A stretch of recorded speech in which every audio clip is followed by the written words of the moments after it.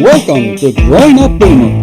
I'm your host, Padre, with my co-host, Professor, and this podcast is dedicated to the life and times of the baby boomer generation.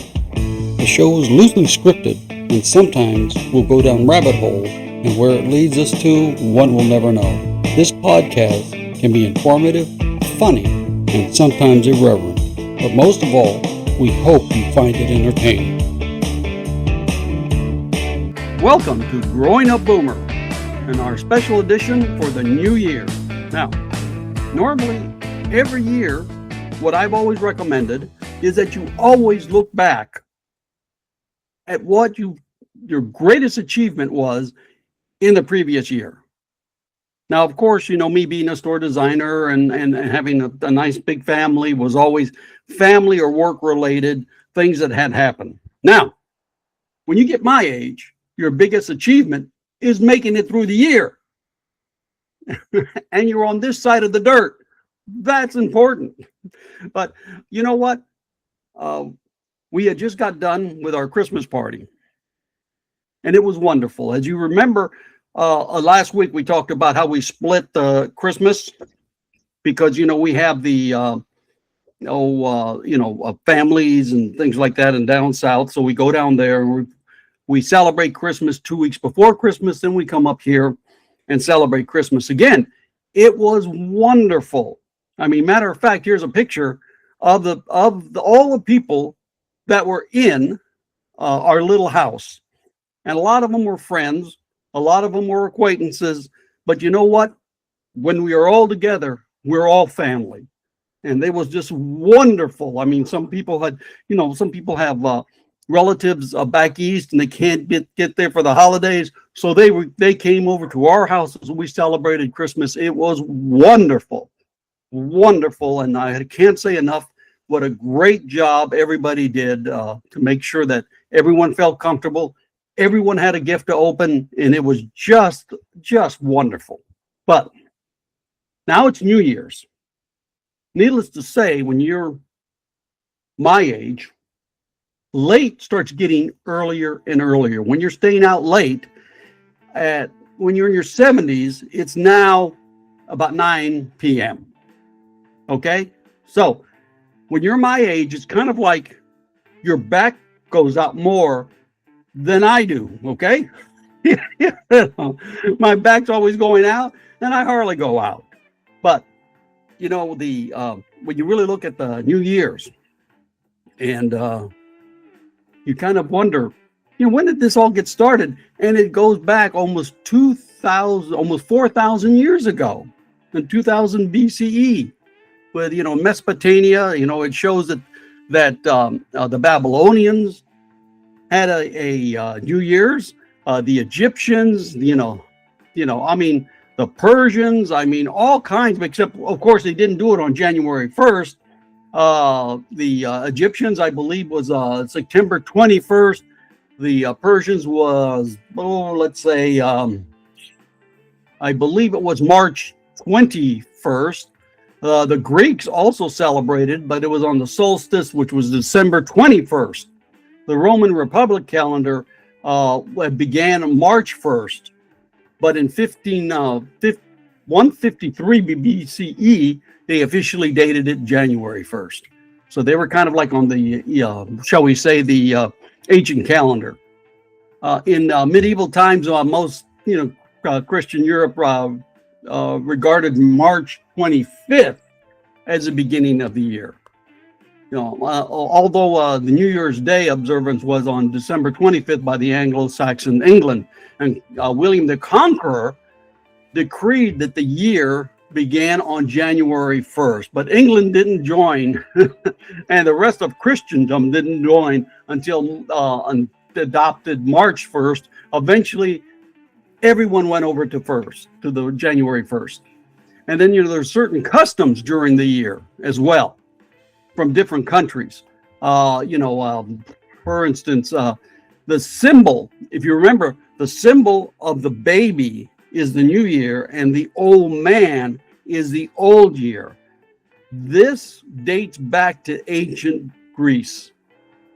okay, which the old man represented the year that had passed, the baby is representing the new year. And there was like food throughout all the world, which celebrates the new year. Like, for instance, in Spain, people eat 12 grapes during the 12 strokes of midnight. They attempt to do it. So every time a stroke, they eat a grape. This tradition, if they succeed before the chime stops, they will have good luck for all 12 months of the coming year. In in the south of the U.S., black-eyed peas and pork foretold of good fortune. They were called Hoppin' John.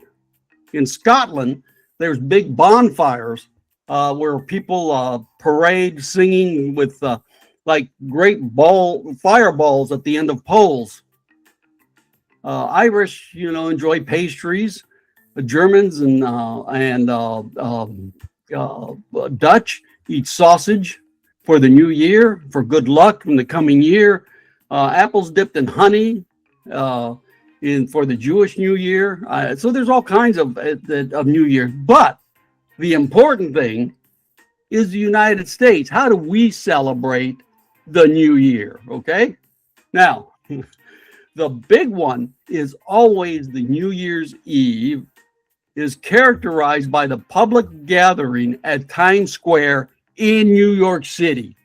Now, this draws huge crowds and, counted down to the dropping of the electric ball, the significantly exact moment in which the new year begins is televised worldwide. Now, get this. This year, the temperature is estimated to be at 27 degrees. Who would be out there at 27 degrees? Now, maybe that's the Southern California guy talking here. There'd be no way you'd catch me out there. But there's an estimated, and I can't believe this number, that there is going to be 1 million people there this year. Okay? Now, this is bad. Okay? Because there are no porta potties in the area, in the site area. I mean, the porta potties are off to the side. And I'm going like, oh man, is that cold? You sit on plastic? Man, you could stick to that thing. I'm going like, what in the world are you thinking? And get this, okay? One of the bathroom tips is that you wear diapers, or I guess it depends. I mean, you wear diapers. I would never, ever, you could never catch me doing that. Oh, geez. I mean, bringing in the new year, there is not enough alcohol to get me out there. 1 million people. Oh, my goodness. And get this. This started back in 1904, where they celebrated in Times Square. And I believe the first dropping of the ball was, I think, 1907. And this was a private event at the time. But yeah, 1907. It was a private event at the time, and in which case you cannot believe how big it has gotten. But the West Coast also has its, shall we say, will not be outdone. We have the Pasadena Rose Parade, okay? Officially known as the Tournament of Roses Parades. I mean, this goes back to 1890 when it started. The first road parade was sponsored by the Valley Hunt Club, led by Charles Frederick Holder. The event featured horse-drawn carriages decorated with flowers, including activities later on after that. Instead of a football game, they would do chariot races, jousting, foot racing, and a tug of war. I mean, give me football any day, okay? In the Tournament of Roses, association has managed the event, making this almost a milestone in history. In 1920, it was finally motorized. So the floats were then, like I said, like motorized. And each year, get this, each year 80,000 hours of volunteer work and a combination of about 935 volunteers, uh, members of the what they call the Tournament of Roses Association, known as the White Suiters. And you probably see those people on the parade, and they have little flags and stuff like that, and they all have their white uniforms.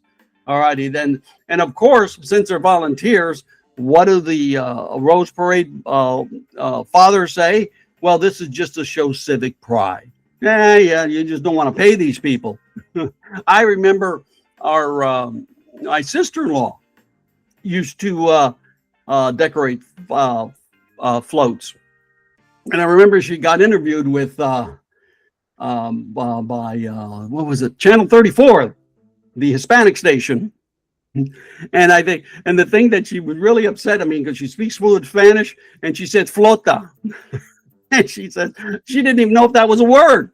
But, they were talking about decorating the floats, and her and her daughter would go down there with part of the Girl Scout thing, and it was wonderful. Now, you heard about New Year's Eve in New York, 27 degrees, right?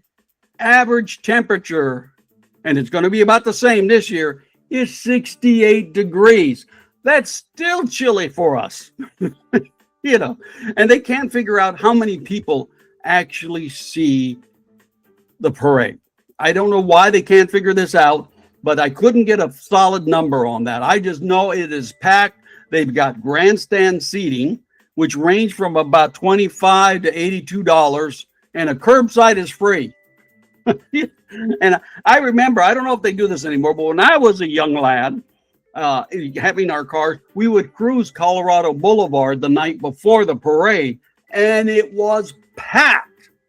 It took you 5 hours to get down Colorado Boulevard. It was just unreal. And then, of course, you have the Rose Bowl, and that was big time. Now, that had started in 1902, and the first Rose Bowl game was played with University of Michigan and Stanford University. And so that was it was like the Pac-10, and I think it was the Big Ten or whatever, and I don't know how they do it now. I mean, I am not really big into college football, but that's the way it was before. Now, get this, okay? We have New Year's resolutions coming up. Now, I don't know if you've made any. I don't, because I don't want to break them, all right? I know I have shall we say, I am weak in keeping my resolution, so I don't make them. And it even says so. Most people are likely, and this was a thing I think in the Newsweek magazine, most people are likely to give up resolutions by January 19th. I said, I can't last that long. 16% of Americans keep some of the resolutions. 13% of Americans keep none of the resolutions, and nearly 80% of New Year's resolutions fail across the board. So why make them, right? The most common is exercise. All right, but you know what I think about exercising? Okay, no pain. Why exercise? You're just gonna have pain. You're talking about, man. Either we forget about it or we're just too lazy. Most people every year include eating healthier, being more attractive, and managing finances better. But you know what? To give this a try, you know what I did? Is I went through and I said, what were the top 10 New Year's resolutions in 1956? And this is them. The first one is lose weight. And you know what? I think about this. And you ever see these pictures of people in the 1950s? I can't remember seeing someone obese. All right, all these pictures, like for instance, you're looking at people in the stands and baseball and stuff like that, but they still want to lose weight. Number 2 was quit smoking. Boy, how bad was smoking back then? And everybody knew it was bad. My dad, he would say, yeah, have me one of them coffin nails. Why would you want to smoke if you knew it was going to put you in a coffin? But he did. All right. And I remember there was this one article on the smoking, and there was this in the 1930s and 1940s, there was a sign, and this was really big in the Christian community to quit smoking, and the sign read, "Quit smoking. So if you're still smoking, take a look at the billboard," and he would have this on this card, and it said, "Tobacco, the deadly enemy of human brain, the foe of human progress, the subtle destroyer of youth virtue." Now, you know what? I was young. I can't remember much virtue that I had, but okay. "The menace of the Christian church, the universal fire hazard." So way back then, people knew smoking wasn't the best, but they still did. But you know what? They did, that was number 2. Number 3, get this, quit drinking. Quit drinking. What is the old adage? It's easy to quit drinking. I've done it hundreds of times, but that was also very big. Number 4 was get out of debt. Number 5, get a new job. Number 6, get a better education, learn something new. That's very admirable. Number 7, work on your spiritual growth or go to church. Number 8, get fit. In other words, exercise. Number 9, take a trip. And number 10, spend more time with the family. Those were the top 10 in 1956. Now, according to Newsweek, these are the top 10 resolutions for 2026. Number 1, exercise more. Number 2, being happy. I don't know how you be happy. I'm a happy guy. How do you make yourself happy? You're happy or not. All right. Number 8, eat healthier or change diets.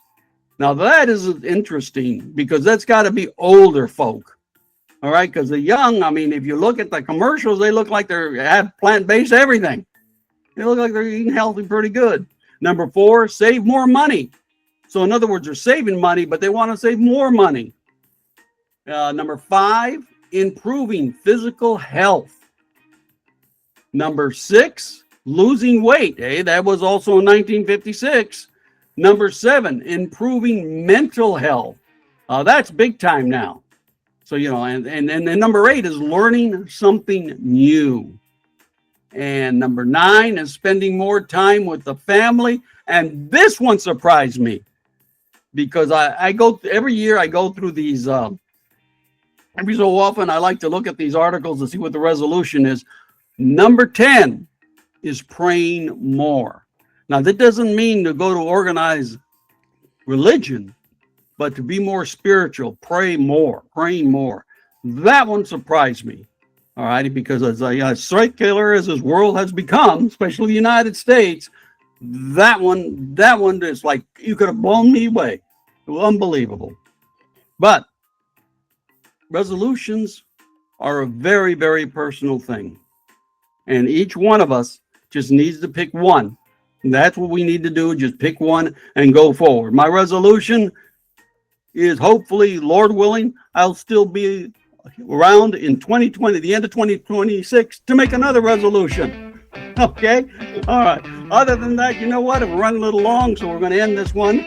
We want to thank you and have a great, great new year. All right? Well, may God bless. We'd like to thank you for listening and remind you if you happen to have any baby boomer topics you'd like us to cover, just email us at growingupboomer@gmail.com. And until next time, may God bless.